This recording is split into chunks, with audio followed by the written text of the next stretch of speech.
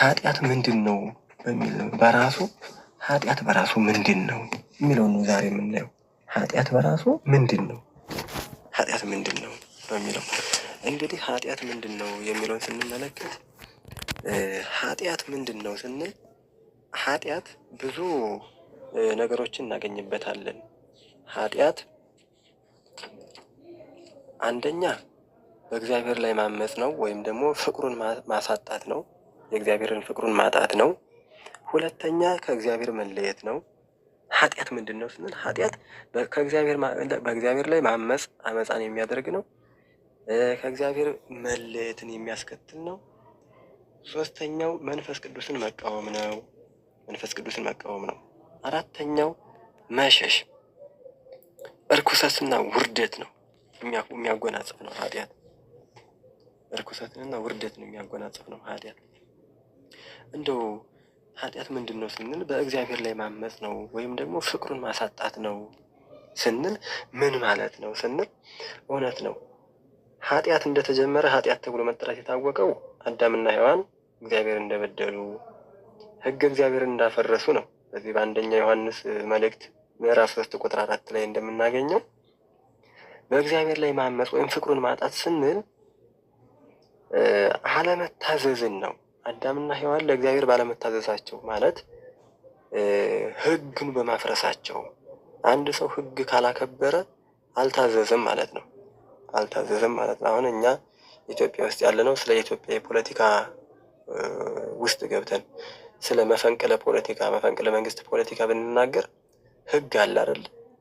መግባት የለብህም ይህን ማድረግ የለብህም ካለን ሕገ መንግስቱ የሚያዘኝ ከሆነ ይህን የሕገ መንግስቱን ሕግ አልፌ ስለ ፖለቲካ ማወራ ከሆነ መስረቅ ወንጀል ነው ብሎ ሕገ መንግስቱ ያወጣውን ሕግ መስረቅ ወንጀል ነው ተብሎ ተነግሮኝ መስረቅ ወንጀል ነው እየተባለ እየተነገረኝ አንቀጽ ላይ ወጥቶልኝ እምሰርቅ ከሆነ መግደል ወንጀል ነው፣ ከገደልክ አንተም ትታሰራለህ፣ ለፍርድ ትቀርባለህ ተብሎ የፍርድ መቀጫውን፣ ሰዓቱን፣ ጊዜውን፣ ዓመተ ምሕረቱን እየነገረኝ አንቀጽ ላይ ወጥቶልኝ የወጣልኝን አንቀጽ ሳልጠብቅ ነፍስ ማጠፋ ከሆነ እምሰርቅ ከሆነ ምንድነው ይሄ? በሕገ መንግስቱ ላይ ማመጽ ማለት ነው። አሁንም እዚህ ኃጢአት ምንድን ነው ስንል ኃጢአት ማለት ሕገ እግዚአብሔርን የሚያስፈርስ ማለት ነው። በጠቅላላ ኃጢአት ማለት ሕገ እግዚአብሔርን የሚያስፈርስ በእግዚአብሔር ላይ አመፅን የሚያደርግ ማለት ነው። አመፅን የሚያደርግ ለዚህ ነው እንግዲህ አዳምና ሔዋን አመፅ አድርገዋል። ለምን? ሕጉን አፍርሰዋልና። ሕጉን አፍርሰዋልና አመፅ ሆነ ማለት ነው። ሕጉን አፍርሰዋልና እግዚአብሔርን አልታዘዙምና፣ ለእግዚአብሔር መታዘዝ አልተገዙምና፣ እግዚአብሔር አድርጉ የሚላቸውን አላደረጉምና፣ ስለዚህ ምን ሆነባቸው? ለነሱ በእግዚአብሔር ላይ ማመፅ ሆነ። ስለዚህ ኃጢአት በእግዚአብሔር ላይ ማመፅ ነው ወይም ፍቅሩን ማሳጣት ነው ካልን የእግዚአብሔር ፍቅሩ ምንድን ነው? እኛን ዕለት ዕለት እንዲጠጋ፣ እኛን ዕለት ዕለት ማጽናናት፣ እኛን ዕለት ዕለት ምንድን ማለት መባረክ ነው እግዚአብሔር። ስለዚህ በዚህ በኃጢአታችን ምክንያት ደግሞ ዕለት ዕለት ከእግዚአብሔር እንዳንቀርብ፣ ዕለት ዕለት ወደ ቤቱ እንዳንቀርብ፣ ዕለት ዕለት ንስሐ እንዳንገባ፣ ዕለት ዕለት ስጋው ደግሞ እንዳንቀበል ያደርገናል። ኃጢአት ያርቀናል። ኃጢአት በራሱ ምንድን ነው? የከረፋ ሽታ ያለው ወይም ደግሞ በጣም ጥቁር የሆነ ጥላሸት የሆነ ነው ኃጢአት ማለት። ስለዚህ ጥላሸት የሆነ ልብስ የለበሳችሁ ወይም በጭቃ የተነከረ ልብስ ለብሳችሁ ነጭ ልብስ ከለበሰ ሰው ጋር አብራችሁ ተቃቅፋችሁ መቀመጥ ትችላላችሁ? እናንተ የፈለገ የምትወዱት ጓደኛ ቢኖራችሁ፣ የፈለገ የምትወዷት ጓደኛ ቢኖራችሁ እሷ ነጭ ያማረባት ነጭ የሀበሻ ቀሚስ ለብሳ፣ ነጭ የመነን ቀሚስ ለብሳ እናንተ ደግሞ በጭቃ ጭቅይት ያለ ወይም በጥላሸት በጣም ብልሽሽት ያለ ጥላሸት ያለበት ልብስ ለብሳችሁ የፈለገ እስከ ጥግ ድረስ ብትወዳችሁ እስከነጭቃችሁ ከእሷ ጋር ተቃቅፋችሁ ወይ ፎቶ መነሳት ሊሆን ይችላል፣ አሊያም ደግሞ ተቃቅፋችሁ በአንድ ላይ ቆማችሁ መቀመጥና እንደው ፍቅራችሁን መግለጽ ትችላላችሁ? አንችልም እኛ። ለምን? ያኛው ይሸሸናል። ነጭ የለበሰው አካል ይሸሸናል። አያችሁት? ይሸሸናል ማለት ነው። አሁንም እዚህ ኃጢአት ምንድን ነው የሚያመጣብን ስንል ከእግዚአብሔር ያስሸሸናል፣ ያስኮበልናል። ለምን? እኛ የቆሸሽን ሰዎች ነን። እግዚአብሔር ደግሞ ንጹሕ ነው። ንጹሕ ከሆነው ጋር እንዴት እንዋሃዳለን? እንዴት አንድ እንሆናለን? እያለ ምን ይለናል ህሊናችን? የቆሸሸ ልብስ ለብሼ ያልቆሸሸው ጌታ ጋር እንዴት እቀመጣለሁ? የቆሸሸ ልብስ ለብሼ ያልቆሸሸው ንጹሕ ልብስ ጋር እንዴት እቀመጣለሁ? እያለ ህሊናችን እንዲወቀስ ያደርገዋል ኃጢአት። ከዛ ወዴት መምጣት እንችላለን? የእግዚአብሔርን ፍቅር ማጣትን ያመጣብናል። ከፍቅሩ እንድንወጥ አያችሁ፣ ከፍቅሩ እንድንወጥ ያደርገናል ኃጢአት ክፋቱ በዚህ ልክ ነው። ከዚያ በእግዚአብሔር ላይ እንድናምፅ ደግሞ ያደርገናል አመፅ። አሁን ለምሳሌ ፈርዖንን ብንወስድ ፈርዖን ኃጢአት የሰራ ሰው ነው። እነ ናቡከደነጾርን ስናይ በእርግጥ ናቡከደነጾር እኮ ጸድቋን ታውቃላችሁ አይደለም? ነብዩ ዳንኤል አጥምቆት ወይም ደግሞ ነብዩ ዳንኤል በስብከቱ መልሶት የዳንኤልን አምላክ አምናለሁ ብሎ አምኗል። ናቡከደነጾር በጉድጓድ ያቀጣጠለው እሳት 40 ክንድ ወደ ሰማይ እየወጣ ባለ እሳት ጉድጓድ ላይ እነዚያን 3 ህፃናት ከጨመረ በኋላ ቅዱስ ገብርኤል መጥቶ እሳቱን ሲያቀዘቅዘው ዳንኤልንም አንተታችሁ ጠቅለላችሁ ጣሉልኝ ብሎ እንዳይናገር ፈርቶ ዳንኤልን አጠገቤ ላይ አድርጉልኝ አለ። ዳንኤል ነቢይ ስለሆነ ያ የጠፋብኝን ህልሜን የፈታው ዳንኤል ነው። ዳንኤል ማለት ትልቅ ነቢይ ነው። ወደ እግዚአብሔር ቢያመለክትብኝ፣ ወደ አምላኩ ቢያመለክትብኝ ከመንግስቴ ገልብጦ ወንበሬ በእኔ ላይ ሆኖ ወንበሬ ራሱ ገልብጦ ይገድለኛል። የዳንኤል ጸሎት ኃያል ነች ብሎ ስለፈራው ዳንኤልን ሊያስረውም ሊቀጣውም ሊያቃጥለውም አልፈቀድም። እነዚያን ህፃናቶች ሲያቃጥል ግን እንዲያ ብሎ ልቡ ደንድኖ የደነደነው ናቡከደነጾር እነዚህ ህፃናቶች ከእሳቱ ህያው ሆነው ሲወጡ ሲድኑ ምን አለ? ዳንኤል በውኑ በዚህ ጉድጓድ ውስጥ የነበሩ 3ቱ ናቸው፣ 4ተኛው ግን የእግዚአብሔርን እንግዲህ የሚገርም እኮ ነው። የአማልክት የሚመስል ወይም ደግሞ የእግዚአብሔርን ልጅ የሚመስል አየሁ፣ የመላእክትን ልጅ የሚመስል ሰው አየሁ ከውስጥ አለ። ቅዱስ ገብርኤልን 4ተኛው ነው ስላየው እነሱ ሲወጡ ከጸጉራቸው አንዷ እንኳን ሳትቃጠል አየ ይላል ዳንኤል። ከዛ በኋላ ዳንኤል ከዚህ እሳት ውስጥ ጉድጓድ እንዲያወጣቸው አድርጎ ነፃ ያደረጋቸው የእነዚህ የ3ቱ ህፃናት አምላክና የአንተን አምላክ ከዛሬ ጀምሮ አመልከዋለሁ አለ። ኃጢአተኛው ናቡከደነጾር በእነ ዳንኤል አምላክ አመነ። የሚገርም እኮ ነው። በእነ ዳንኤል አምላክ አመነ። እሰማለሁ እየተሰማው ነው። እስኪ ከስር ጻፉልኝ፣ እየተሰማው ነው።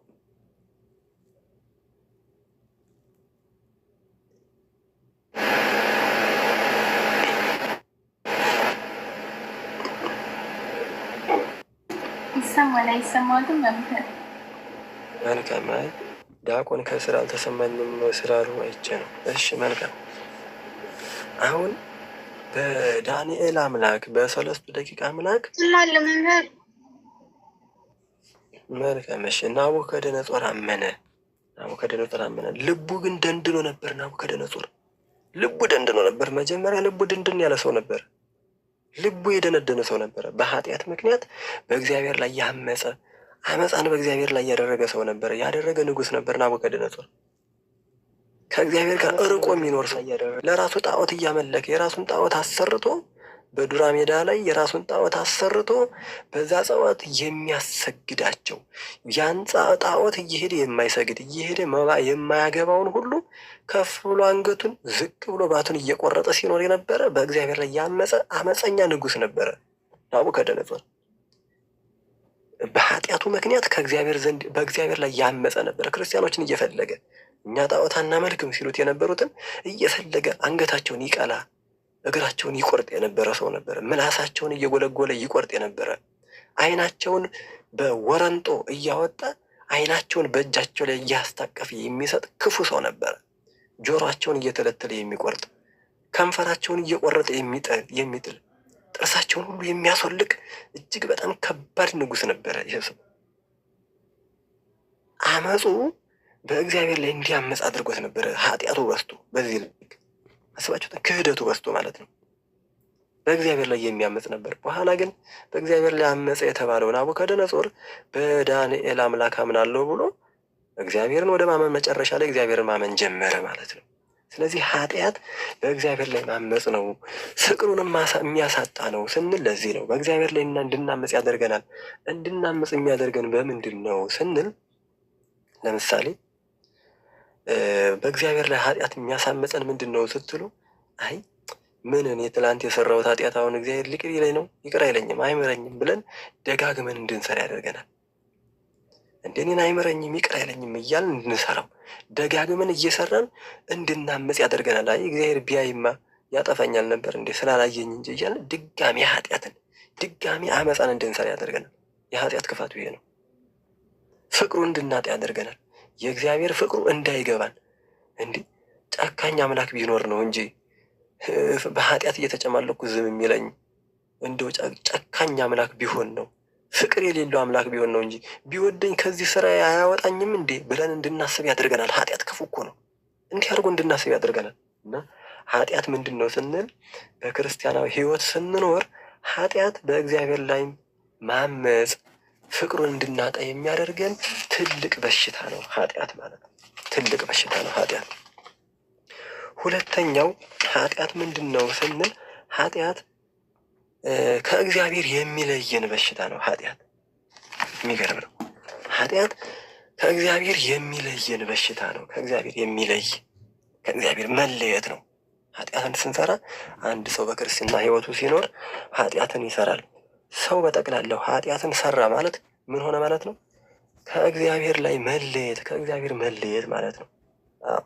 ኃጢአት ከእግዚአብሔር መለየት መሆኑን ደግሞ ሲያመለክት ቅዱስ ጳውሎስ ብርሃን ከጨለማ ክርስቶስ ከብርሃን ጋር ምን መስማማት አለው ይላል። አያችሁ፣ ብርሃን ከጨለማ ክርስቶስ ከብርሃን ጋር ምን መስማማት አለው? ሁለተኛ ቆሮንቶስ ምዕራፍ 6 ቁጥር 14 ጀምራችሁ ስታነቡ ታገኙታላችሁ።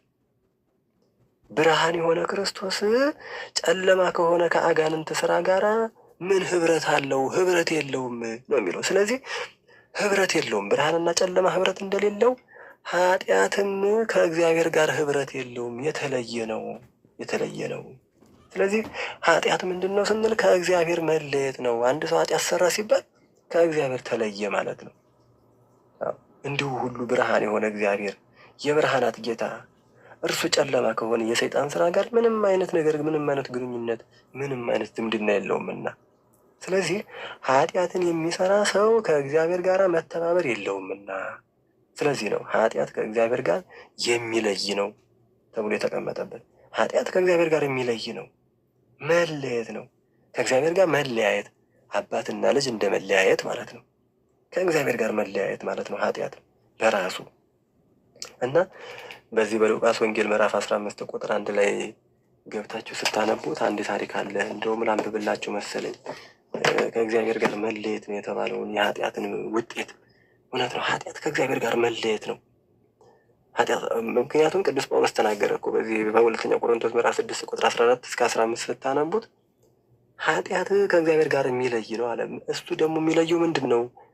መለየቱ ምንድን ነው ስንል ብርሃን ከጨለማ ጋር ክርስቶስ ከቤልሆር ጋር ህብረት የለውም። ህብረት እንደሌለው ሁሉ ኃጢአት የሚሰራ ሰው ከእግዚአብሔር ጋር ህብረት የለውም ነው። ኃጢአት የሚሰራ ሰው ከእግዚአብሔር ጋር ምን የለውም? ህብረት የለውም።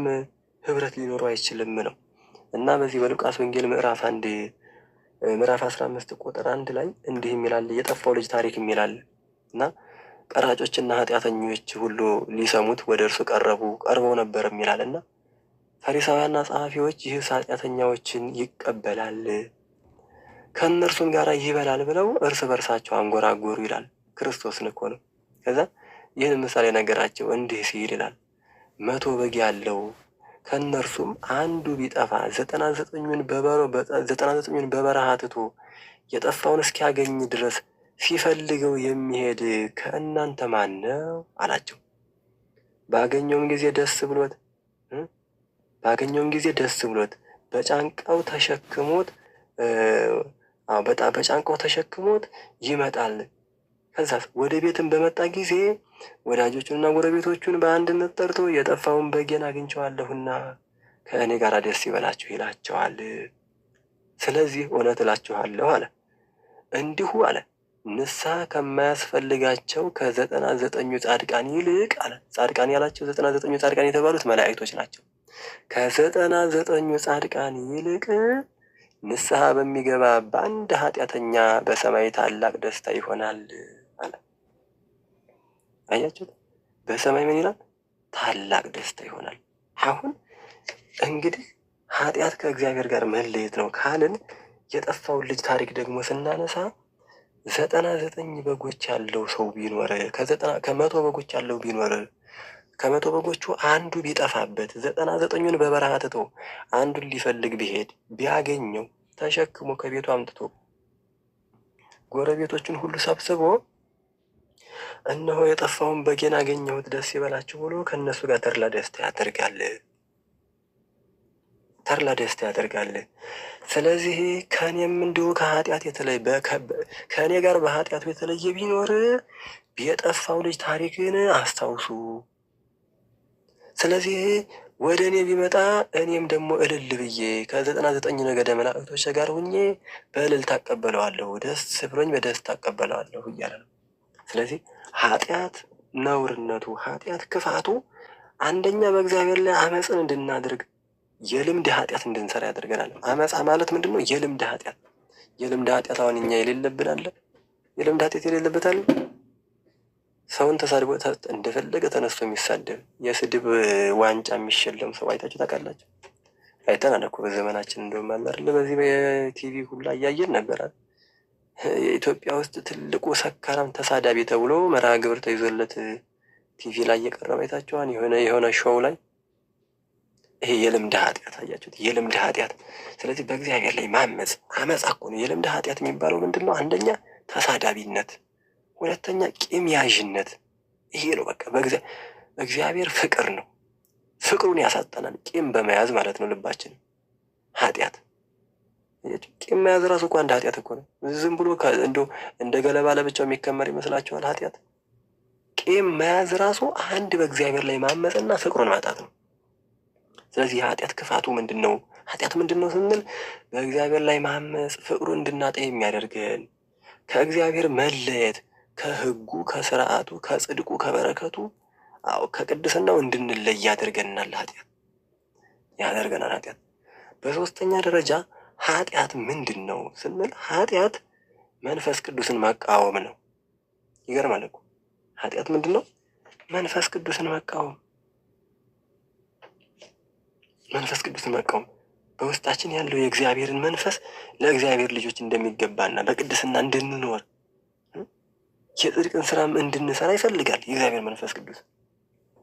ኃጢአት ደግሞ ምን ያደርጋል?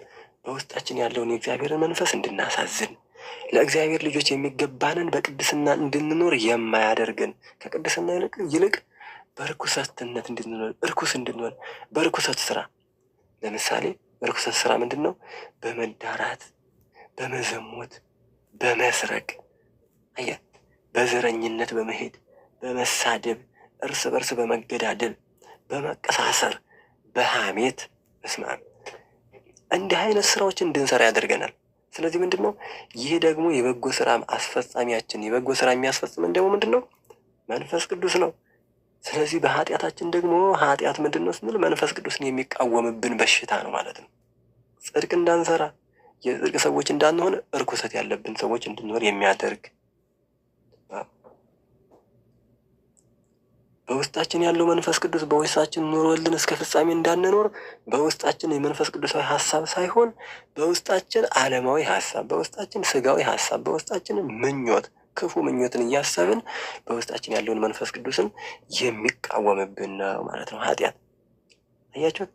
በኃጢአት የምንመላለስ ከሆነ ግን መንፈስ ቅዱስን እንቃወማለን ማለት ነው። በጠቅላላ ሁል ጊዜ በኃጢአት ተመላላሾች ከሆንን ምን ሆነ ማለት ነው? መንፈስ ቅዱስ ተቃዋሚዎች፣ መንፈስ ቅዱስን ተቃዋሚዎች ሆንን። ስለዚህ አንድ ክርስቲያን እነዚህን ተግባራዊ የኃጢአት ምንነቶችን አውቆ ከነዚህ ድርጊቶች መቆጠብ አለበት። በእነዚህ ድርጊቶች እንዳይወድቅ ተግባራዊ ክርስትና ሆኖ እነዚህን በአጽንኦት ጠብቆ ሊያልፍ ይገባዋል ማለት ነው። ኃጢአት ምንድን ነው ብሎ በኃጢአት ውስጥ ያሉትን በሽታዎች ደግሞ አውቆ በህይወት እንዲኖራቸው ማድረግ፣ አውቋቸው እንዲኖር፣ አውቋቸው እንዳይገባባቸው እንጂ አውቋቸው ግን ተጠንቅቋቸው እንዲኖር ማለት ነው። አውቋቸው ተጠንቅቆ ጠብቋቸው እንዲኖር እንዳይገባባቸው ኃጢአት ከሰራ በእግዚአብሔር ላይ እንዳመፀ ፍቅሩን እንዳጣ አውቆ ፍቅሩን እንዳያጣ እንዳያምፁ ነው አውቆ ተገንዝቦ መኖር። ከእግዚአብሔር መለየት ነው ብሎ ከነገረው ከእግዚአብሔር እንዳልለይ ብሎ አውቆ ከኃጢአት ከዚች ርቆ መኖር። ከዛ መንፈስ ቅዱስን መቃወም ነው ካለ ኃጢአት መንፈስ ቅዱስ በውስጥ ያለውን ጽድቅ የሚያሰራኝን የጽድቅ መንፈሴን የንጽህና መንፈሴን እንዳያበላሽብኝ እንዳያኮላሽብኝ ብሎ ምን ማለት ጠብቆ አውቆ መኖር ማለት ነው። ለዚህ ነው እንዲህ በመጽሐፍ ቅዱሳችን ምንድን ነው ለቤዛ ቀን የታተማችሁበትን ቅዱሱን የእግዚአብሔርን መንፈስ አታሳዝኑ ይላል ሐዋርያው ቅዱስ ጳውሎስ በኤፌሶን መልእክቱ ምዕራፍ 4 ቁጥር 30 ላይ አያችሁት። ለቤዛ ቀን የታተማችሁበትን ቅዱሱን የእግዚአብሔርን መንፈስ አታሳዝኑት። የመዳናችንን ቀን እኮ ነው ለቤዛ ቀን አለው። የመዳናችንን ቀን ለቤዛ ቀን የተሰጣችሁትን የታተማችሁበትን ቅዱሱን የእግዚአብሔርን መንፈስ ምን አትበሉት፣ አታሳዝኑት። ቅዱሱ የእግዚአብሔር መንፈስ የተባለው ማን ነው? የቅድስና ስራ እኮ የጽድቅ ስራ። ለቤዛ ቀን የተባለው ክርስቶስ ነው። ቤዛ ሆኖ የተሰጣችሁ ልብስ የሆናችሁን ክርስቶስን በእናንተ ላይ ያደረውን በጎ ስራ እንዲሰሩ አድርጎ በጎ ሆኖ ያሳልፍላችሁን ይቅር እንድትሉ ይቅርታ አድርጎላችሁ ይቅር በላቸው ብሎ የጠየቀን ክርስቶስን አታሳዝኑት። የእግዚአብሔርን መንፈስ አታሳዝኑት፣ ጠብቃችሁት ኑሩ ብሎ ቅዱስ ጳውሎስ ተናገረ። ስለዚህ ኃጢአትን የሚሰራ ሁሉ የእግዚአብሔር መንፈስ ያሳዝናል ማለት ነው። አንድም እግዚአብሔርን ያሳዝናል ማለት ነው። ለዚህ ነው መጽሐፍ መንፈስን አታጥፉ፣ መንፈስን ምን አትበሉ አታጥፉ፣ ጠብቁት ይላል። ቅዱስ ጳውሎስ እኮ ነው የሚናገረው። መንፈስን አታጥፉ፣ አታበላሹት። በአንደኛ ተሰሎንቄ ምዕራፍ 5 ቁጥር 19 ላይ አታጥፉት፣ መንፈስን አታጥፉ፣ የእግዚአብሔር መንፈስ ከእናንተ ጋር ሊጠፋ አይገባውም፣ አታጥፉ ይላል። ሊጠፋ አይገባውም፣ አታጥፉ ይላል። የሚገርመው ነገር መንፈስ ቅዱስ በሰው ልቡና ውስጥ የሚሰራ ከሆነ በፍቅር የነደደ ለመልካም ስራ የሚፋጠን ስለ እግዚአብሔር መንግስት የተቀደሰ መንፈሳዊ ቅናት እንዲያድርብን ያደርጋል። መንፈስ ቅዱሳዊ ሀሳብ ኃጢአት የሚሰራ ሰው ደግሞ ምን ያደርጋል? መንፈስ ቅዱስ ይርቀዋል። መንፈሳዊ ህይወቱ እየተዳከመ እየመነመነ እየቀዘቀዘ ይሄዳል። አወዳደቁ የሚያስጠላ ይሆናል። ስለዚህ መንፈስ ቅዱስ ከኃጢአተኛው ሰው በተለየ ጊዜ ያን ጊዜ ልክ እንደ ንጉሥ ሳኦል ርኩስ መንፈስ የሚያሰቃየው ሰው ይሆናል ማለት ነው። ሳኦልን ታውቃላችሁ? ሳኦል ከእግዚአብሔር ሕግ ርቆ ነበረ። የሚገርማቸው ከእግዚአብሔር ሕግ ርቆ ስለነበረ ብዙ ኃጢአት ያሰራው ነበረ ሰይጣን እና ብዙ ኃጢአት እያሰራው ከእግዚአብሔር ከመንፈስ ቅዱሳዊ ወይም ከእግዚአብሔር ሕግ ራቀ። መንፈስ ቅዱስ ራቀው ሳኦልን። ከዛ ምን አለ? የሚያሰቃይ ርኩስ መንፈስ በጣም እያሰቃየው ነበረ። ንጉሥ ሳኦል ርኩስ መንፈስ የሚያሰቃየው ሆኗል። ለምን? መንፈስ ቅዱስ ከኃጢአተኛው ሰው በተለየው ጊዜ ያን ጊዜ ምን ይሆናል? ልክ እንደ ንጉሥ ሳኦል ርኩስ መንፈስ የሚያሰቃየው ይሆናል ማለት ነው። የሳኦልን ታሪክ ማንበብ ከፈለጋችሁ ገብታችሁ አንብቡት። ሳኦል እንዴት ሲፈተን እንደነበረ፣ ሳኦል እንዴት እንደተፈተነ፣ በሳኦል ሕመም ደግሞ ቅዱስ ዳዊት በገናውን እየደረደረ በሳኦል ላይ ያለውን ያንን ርኩስ መንፈስ እንዴት በበገናው መዝሙር ሲያወጣለት እንደነበረ ታገኙታላችሁ። አንደኛ ሳሙኤል ምዕራፍ 16 ቁጥር 14 ላይ መሰለኛው፣ እርግጠኛ ነኝ እንደዛ አካባቢ ነው። አንደኛ ሳሙኤል ምዕራፍ 16 ቁጥር 14 ላይ ገብታችሁ ስታነቡት የሳኦልን ማንነት ይነግራቸዋል። ርኩስ መንፈስ እንዴት እንደሚጫወትበት። ከዛ ቅዱስ ዳዊት ደግሞ ያንን የሚያሰቃይበትን ርኩስ መንፈሱን ዳዊት በበገና እየደረደረ ወይ ሀንቆ ርኩሰ መንፈስ እያለ ቅዱስ በዚህ በትርጓሜው ላይ እንደተቀመጠው ሳኦልን ርኩስ መንፈስ እያነቀ ያሰቃየው ነበር፣ ያስጓጉረው፣ ያስጮኸው ነበር ይላል። እና ዳዊት እየመጣ በገና ሲደረድርለት ከሳኦል ላይ ያለው መንፈስ ብን ብን ብን እያለ ርኩስ መንፈስ ይጠፋ ነበረ። የዳዊት በገና ርኩሱን የሳኦልን መንፈስ ያስወግድለት ነበር። የቅዱሱ ዳዊት እያቸው ቅዱሱ ዳዊት በበገናው ሲደረድር ምን ይሆናል? ቅዱስ ሰው ሲገኝ ሌላ በመንፈስ የተያዙትን እህቶች፣ ወንድሞች በቅድስና ባላቸው አባቶቻችን አማካኝነት እግዚአብሔር መናፍስቱን ያስወግድላቸዋል። አሁንም በዳዊት በገና አማካኝነት የሳኦል ርኩስ መንፈስ እየወጣ ይሄድ ነበረ እና ይሄ ነው። ሌላው እንደው በእንደዚህ ያለ ሁኔታ ነው እንግዲህ ንጉሥ ዳዊት አቤቱ ከፊትህ አትጣለኝ፣ ቅዱስ መንፈስህንም ከእኔ ላይ አትውሰድብኝ እያለ የጸለየው ቅዱስ ዳዊት በመዝሙር 50 ቁጥር 11 ላይ ታገኙታላችሁ። አቤቱ ከፊትህ አትጣለኝ፣ ቅዱስ መንፈስህንም ከእኔ ላይ አትውሰድብኝ እያለ ይጸልይ ነበረ። ቅዱስ ዳዊት ይህን ይጸልይ ነበረ። ስለዚህ ይህንን ቅዱስ መንፈስ ልንጠብቅ ይገባል። ኃጢአት ደግሞ ይህንን ቅዱስ መንፈስ እንዳንጠብቅ እንዲሁ እያደረገ መሰናክል ይፈጥርብናል ማለት ነው። የኃጢአት ክፋቱ ይሄ ነው ማለት ነው። እንደ ልበ አምላክ ቅዱስ ዳዊት ሆኖ መጸለይ ያስፈልጋል በእውነቱ በአሁኑ ሰዓት ላይ። ያለበለዚያ ግን መንፈስ ቅዱስ ከሕይወት ሲርቀን እርኩስ መንፈስ ሊቀርበን ዝም ብለን ማየት የለብንም። እርኩስ መንፈስ ሲቀርበን ዝም ብለን የምናይ ከሆነ እንደ ሳኦል ርኩስ መንፈስ ተጫውቶብን የሚያስጓጉረን ይሆናል ማለት ነው። ዝም ማለት የለብንም፣ መቃረን አለብን፣ መቃወም አለብን። ይህንን ርኩስ መንፈስ ቅዱሱን መንፈስ እንዳያበላሽብን ማለት ነው። ስለዚህ በመላስ ስለሚሰራ ኃጢአት ጌታችን ኢየሱስ ክርስቶስ እንደውም ራሱ ምን ይላል? ሰውን የሚያረክሰው ወደ አፍ የሚገባ አይደለም፣ ከአፍ የሚወጣው ወይም ምላስ የተናገረው ነው ይላል። እና እንደው ይገርማል እኮ ሰውን የሚያረክሰው ምንድን ነው አለ? ከአፍ የሚወጣው ነው። ሰውን የሚያረክሰው ይህ ነው አለ። ይህ ነው አለ ሲል ምንድን ነው ሲባል አስተምሯል ሲል በዚህ በማቴዎስ ወንጌል ምዕራፍ 15 ቁጥር 11 ላይ የምታገኙት ታሪክ ነው። ሰውን የሚያረክሰው ምንድን ነው አለ? ሰውን የሚያረክሰው ወደ አፍ የሚገባው ሳይሆን ከአፍ የሚወጣው ነው አለ። ከአፍ የሚወጣው ምንድን ነው? ከአፍ የሚወጣው ሲል ስድብ፣ ክፉ ስድብ፣ መጥፎ ስድብ፣ በቃ አሉባልታ፣ ፌዝ የበዛበትን ጨዋታ፣ ቅጡን ያጣ አይደለ?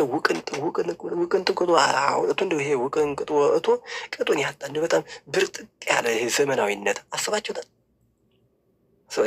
አሁን በትልቅ ሰው አባቶቻችን ሲከበሩ ክብር አላቸው አይደለ? ወደ ገጠር ስትሄዱ ፋዘር ብትሉት አሁን ይሰማችኋል?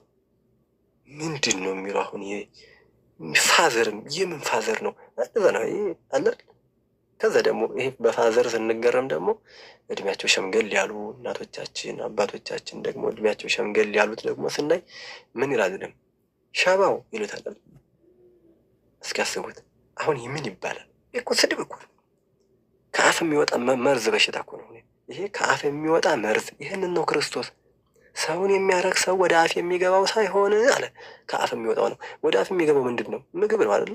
ከአፍ ውስጥ የሚገባው ከምግብ ውጭ ምን ሌላ የሚገባ የለም ወደ አፍ ውስጥ። መቼ ሰው ፈልጎ ድንጋይ ቆርጥም አይልም፣ ወንድ የሆነ ይቆርጥም። ሰው ፈልጎ እያየናቸው ነው። ሳር የሚበሉ ሳረ በሊታዎች አሉ ደግሞ ማለት ነቢይ ነን የሚሉ እስኪ ያደርገው አያቸው። ሳርም ይብላ ድንጋይ የሚቆርጥም ጥርሱ ከቆረጠመለት ጨጓራው ከተቀበለለት የፈለገ ግንድም ጥሎ ያላምጥ እንዳሳማ እንደ ዝሆን። ግን እሱ ሰውን አያረክሰውም ነው ክርስቶስ እያለ ያለው። ስለ ኃጢአት ክፋት ሲናገራቸው ነው። አያችሁ፣ ሰውን የሚያረክሰው ከአፍ የሚወጣው ነው እንጂ ወደ አፍ የሚገባው አይደለም አለ በማቴዎስ ወንጌል ምዕራፍ 15 ቁጥር 11 ላይ እኮ አለ። በአፍ የሚወጣው ምንድን ነው ሲባል ሸባው። አሁን ትልቅ ሰው ሸባ ይባላል። ሸባው። ከዛ በተለይ በዚህ በተማሪ ቤት ደግሞ እኛ እየተሰደብንበት የመጣንበት ደግሞ ነገር አለ። ዘኬው እንባላለን አንዳንዴ። ዘኬው የመክፈልት በሊታ ማለት እኮ ነው። ዘኬው፣ ደኬው። አዎ ደኬውም ዘኬውም ስድብ አለ እኮ። ሸባው፣ እንዲህ አይነት ስድብ ይሄ ነው ከአፍ የሚወጣው ነው በሽታው ኃጢአት የሚሆነው እንጂ ወደ አፍ የሚገባው አይደለም አለ። የአፍ ርኩሰት ታውቃላችሁ? በአፍ የሚነገር ኃጢአት፣ በአፍ የሚነገር ኃጢአት፣ በመላስ የሚሰራ ኃጢአት፣ በመላስ የሚሰራ ክፉ ስራ ማለት ነው። ይሄንን ነው። የሚገርም እኮ ነው። ከዛ በኋላ ምን ይላል ደግሞ? እውሩን እውር ይላል አይደል? እውሩን እውር፣ እውሩን እውር ብለህ አትስደብ ይላል ቅዱስ ዮሐንስ አፈወርቅ። እውሩ ማን ነው? ዓይን የፈጠረ ክርስቶስ አይደለም እንዴ? እውሩን የፈጠረውን ፈጣሪውን እንድትሰድባለህ ይላል ቅዱስ ዮሐንስ አፈወርቅ። እንደኔ በጣም ጥላሸት የመሰለ ፊት ያለው ሰው ከሆነ ደግሞ ምን ባሪያው እዛ ምን ይመስላል ደግሞ ይሄ አይደል? ይሄ ቁራ የሚመስል እንዴ ስድብ አስባችሁት አይደል? እንደው አስባችሁት ታውቃላችሁ? ግን ይሄ አስባችሁበት ታውቃላችሁ? እናንተም ተናዳችሁ እኛም ተናደን የምንሳደብ ስድብ። የእኔን የቆዳ አካል የፈጠረው ማን ነው ነው ጥያቄው። ከአፍ የሚወጣ በሽታ የሚባለው ይሄ ነው። በመላስ የሚሰራ ኃጢአት ማለት ይሄ ነው። አሁን እስኪ አስቡት። ጥቁሩን ቁራ አካልን ጥቁሩን የፈጠረው ማን ነው ብለን ካሰብን ቁራው ክርስቶስ ነው ማለት ነው። እንግዲህ አያቸው ስድቡ ክርስቶስን ቁራ ብሎ ሰደበ ማለት ነው። አረ እንደው የሚገርም ነገር አለ። እውር ብሎ የሚሳደበውን ቅዱስ ዮሐንስ አፈወርቅ በዛ ብሎታል። ሌላ ደግሞ አለ በጣም የሚገርማቸው ነገር። አረ እንደው በጣም ያላሰብንበት እጅግ በጣም ከአይምሯችን በላይ የሆነ ዱዳ መናገር የማይችሉ ዱዳዎች አለ አይደል? ወይም ደግሞ መናገር እየፈለጉ ቀስ እያሉ የሚናገሩ አፈኮልታፋዎች ዱዳ ብሎ ሲሳደብ ዱዳውን የፈጠረው ማን ነው? ክርስቶስ አይደለም ወይ? እንደው ክርስቶስ በድፍረት በእውነት ዱዳ ተብሎ ይሰደባል? ይሄ ነው ከአፍ የሚወጣ በሽታ፣ ከአፍ የሚወጣ ኃጢአት። ስለዚህ መንፈሳውያን ሆይ ይህንን አታደርጉ፣ ይህን ልምድ አታደርጉት። ክርስቲያናዊ ስነ ምግባር ያለው ሰው እኒህን አይናገርም ነው በጠቅላላው። ልቡን አይስጠን እግዚአብሔር። በእውነት በምላስ የሚሰራ ኃጢአት ማለት አንዱ ይሄ ነው። አዎ ሰውን የሚያረግ ሰው ወደ አፍ የሚገባ አይደለም፣ ከአፍ የሚወጣው ምላስ ነው። ምላስ የምትናገረው ነው። ሰውን የሚያረግ ሰው ይህ ነው አለ። የሚገርም እኮ ነው ክርስቶስ። እና በምላስ የሚሰራ ኃጢአት አለ። ይሄ ኃጢአት ነው።